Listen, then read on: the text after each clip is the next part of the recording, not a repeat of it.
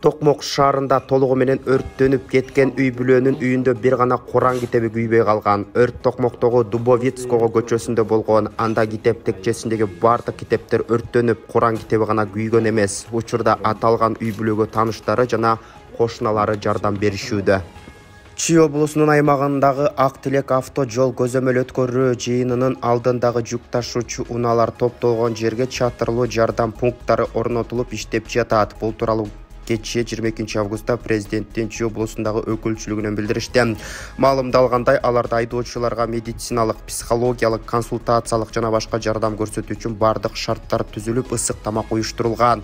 Мындай тапшырманы президенттин Чүй облусундагы ыйгарым укуктуу өкүлү Канат Жумагазиев райондук түзүмдүк бөлүмдөргө жана жергиликтүү бийлик органдарына, президенттин администрациясынын жана министрлер кабинетинин төрагасынын көрсөтмөлөрүнө ылайык берген. Кечээ 22 августта аталган жерде Чүй облусу боюнча жарандык коргонуу комиссиясынын облустук жыйыны болуп өткөн. Жүргүзүлүп жаткан иштер менен президенттин өкүлү жеке өзү таанышып чыккан. Орусиянын Неглинка дарыясынын жер астындагы коллекторун кыдыруу учурунда каза тапкан 8 адамдын сөөгү табылды. Бул тууралуу ТАСС агенттиги билдирди. Буга чейин каза болгон жарандарды издөө иштери уланып жаткан. Азыр экскурсиянын бардык 8 катышуучусунун сөөгү табылды. Каза болгондорду издөө операциясы аякталды деп билдирген расмий өкүлчүлүк. Маалым болгондой, каза болгондордун арасында 2 өспүрүм болгон. Эске салсак, 20 августта Москвада катуу жааган жамгырга карабастан 8 жаран Неглинка дарыясынын жер астындагы коллекторлорун кыдырышкан. Көп өтпөй коллекторлордогу суунун деңгээли кескин көтөрүлүп кеткен. Адистердин айтымында ал жерде болгон адамдардын аман калууга мүмкүнчүлүгү болгон эмес.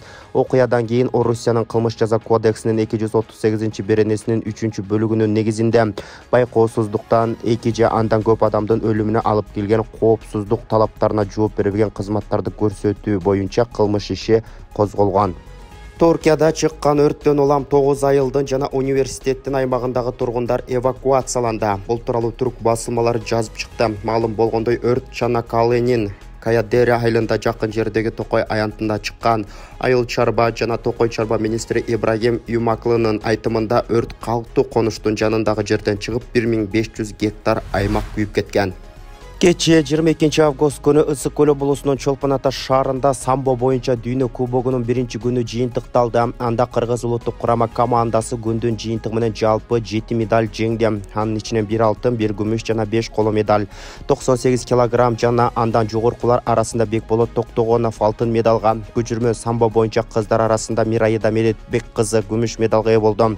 Ошондой эле 58 килограмм салмак даражасында Кайрат Жусуп уулу, Темирлан Уламбек уулу 88 килограмм салмак категориясында, Фарух Мамажанов 98 килограмм салмак даражасында, Артун Сансызбаев 98 килограмм салмак даражасында, Сыймык Жапаров коло медалдардын ээси болушкан.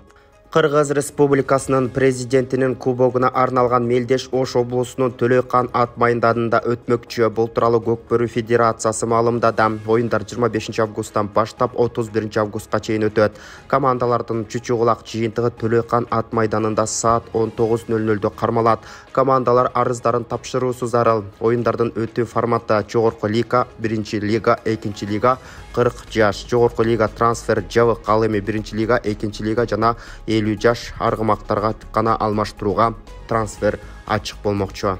Бүгүн 23 августка карата чет элдик валюталардын курсу менен тааныштырабыз. Бишкектеги коммерциялык банктарда доллар, рубль жана евронун курсу төмөндөгүдөй болууда. 1 доллар 87 сом 50 тыйындан сатып алынса, 88 сом 32 тыйынга чейин сатылууда. Рубльды сатып алуу 90 тыйындан болсо, сатуу 97 тыйынга чейин барууда. 1 еврону сатып алуу 94 сом 90 тыйындан болсо, 96 сом 80 тыйынга чейин сатылууда. Ал эми улуттук банкта 1 доллардын курсу 88 сом 27 тыйын деп көрсөтүлөт.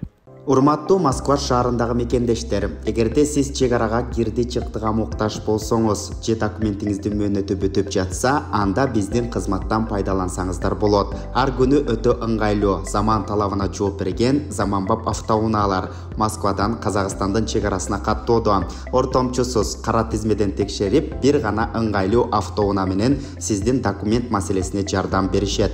Байланыш номерлерибиз 8 926 213 00 60 +7 965 402 93 Мухиддин.